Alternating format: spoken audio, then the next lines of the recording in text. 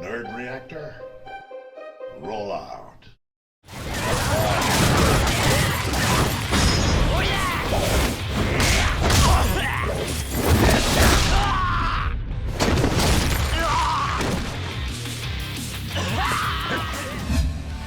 Yakuza is a series that often avoids mainstream success in the West, but it's gained quite a cult following. If you haven't played a Yakuza game before, like me, Yakuza 0 seems like the most logical place to start. It's the Grand Series debut on the PlayStation 4, serving as a prequel to the first Yakuza game.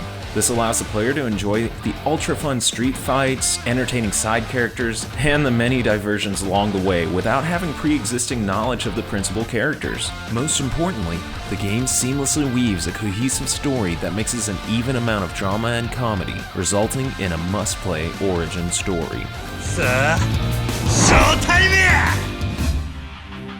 Yakuza 0 divides its story between two main characters. Kazuma Kiryu, a young Yakuza from Tokyo who's an amazing fighter with strong morals, and Goro Majima, a former Yakuza masquerading as the manager of a grand cabaret, frantically making money to gain access back into the crime syndicate's good graces. Both are unwillingly thrown into a power struggle between criminal organizations, fighting over a valuable piece of real estate. Both are scorned by their respective crime family and, spoiler alert, their paths cross by the title's end. The main storyline is full of crimes that includes no shortage of dangerous mob bosses, hostage situations, extortion, and blackmail. You name the crime, this game has it. Fortunately, it's told extremely well, and it's not afraid to show a lengthy cutscene for the sake of character development and proper plot advancement. Never was there a moment I wasn't emotionally invested in almost any of the characters presented to me thanks to the strong vocal performances of the actors and the vigorous yet steady writing. Both Kazuma and Goro are interesting enough to warrant their own games, avoiding harm's way by demonstrating their hidden talents, masterminding clever plans, and reaching heroic status along the way.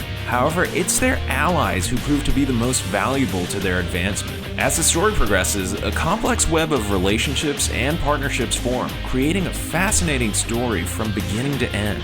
By the game's conclusion, the player will have to realize who their real friends and enemies are, while also seeing what Kazuma and Kiryu are capable of. There is a lot of praise to be given to Yakuza 0 both technically and aesthetically, but it does show some dated problems. The core of the gameplay is a beat-em-up style similar to the Batman Arkham series. Both Kiryu and Majima offer three drastically different fighting styles that can be changed at any time. For example, my favorite style for Majima has to be the Breaker style. It transforms him into a human helicopter performing a series of kicks that can demolish a crowd of enemies. His Slugger style is a better selection for one-on-one boss fights, where he can smack an enemy's skull with an indestructible bat. The fighting system in this game is absolutely fun to perform, with brutal finishing moves that allow the player to launch an enemy into the air and slam him into the pavement. In terms of aesthetics, the game is absolutely beautiful, and it successfully captures the retro settings of Tokyo in the 1980s. The neon streets show the lavish grandeur of Tokyo. The people walking all seem unique, and not bland like the vendors handing out pocket tissues for no reason, and the drunken patrons stumbling along the streets.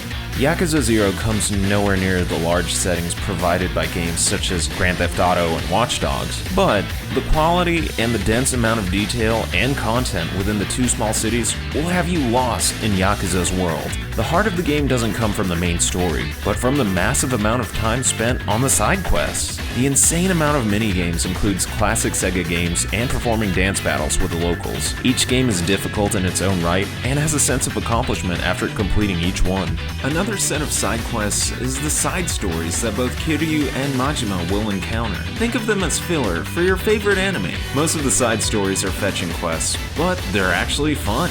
The player can sink many hours just looking around to help locals, like helping a little boy purchase adult magazines, or helping a man cross a bridge without getting beat up. Even though these missions are absolutely ridiculous, they serve as an enjoyable reward for successfully advancing Yakuza's darker story.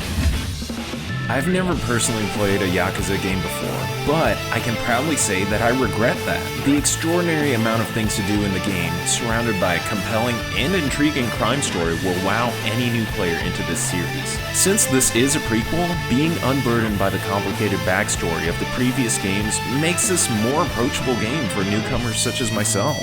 From tight melee combat to absolutely fun side quests, Yakuza 0 bashed its way into my heart, hitting far more than it misses in its bustling, dark crime underworld that is Japan.